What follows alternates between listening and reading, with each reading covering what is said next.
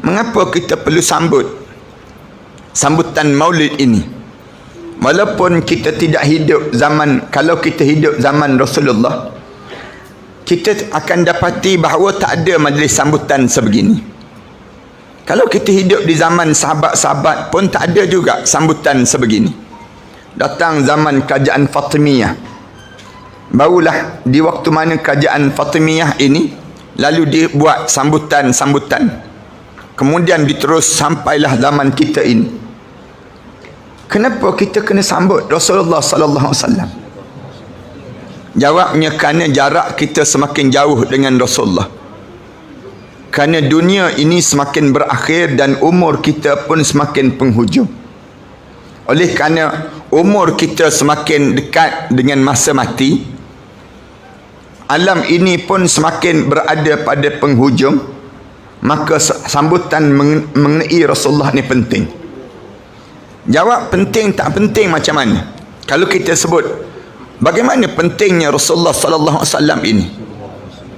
Penting dalam hidup kita ini, waktu mana kita hidup atas dunia ini lagi. Dalam satu hadis Rasulullah sebut, kalaulah tidak kerana Allah ingin ciptakan aku atas dunia ini, maka dunia ini pun tidak akan dicipta oleh Allah. Oleh kerana Allah nak cipta Rasulullah sallallahu alaihi wasallam, maka kita pun ada. Oleh kerana adanya Rasulullah, maka adanya kita. Kalau tidak ada Rasulullah, maka kita pun tidak ada atas dunia ini.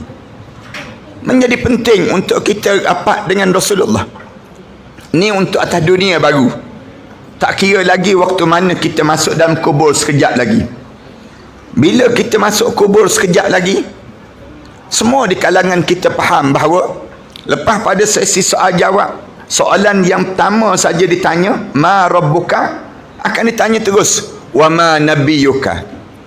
Tanya terus, siapa nabi kamu?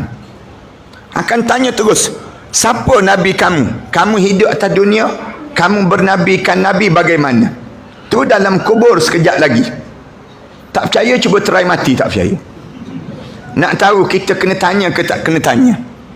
Lepas pada kita hidup dalam kubur sekejap lagi, kita akan bangkit di padang mahsyar.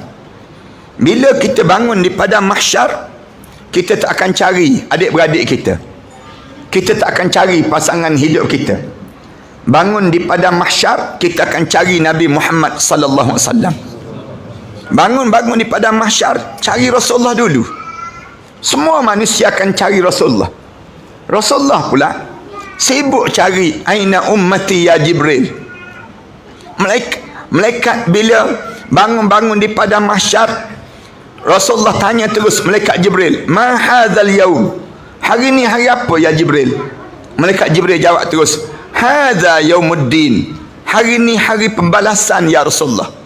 Bila sebut hari ni hari pembalasan, Rasulullah tanya terus, aina ummati ya Jibril, mana umat aku ya Jibril? Tanya terus umat aku ya Jibril. Kemudian kita pentingnya Rasulullah ini tak berakhir dengan begitu. Pentingnya Rasulullah sallallahu alaihi wasallam ini bila melayang suratan amalan manusia dan kita nak lalui titian sirat. Nak lalui titian sirat, naknya pada syafaat Rasulullah sallallahu alaihi wasallam. Naknya pada syafaat Rasulullah, supaya Rasulullah bagi syafaat pada kita. Semua yang hadir pada pagi ni, semua laju di atas titian sirat Allah.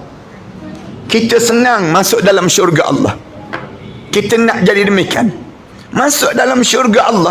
Bila masuk dalam syurga Allah, kita tak cari adik-beradik kita, kita tak cari pasangan hidup kita. Bila kita masuk dalam syurga Allah, semua berebut nak duduk sebelah Rasulullah sallallahu alaihi wasallam, nak bersimpuh di sisi Rasulullah.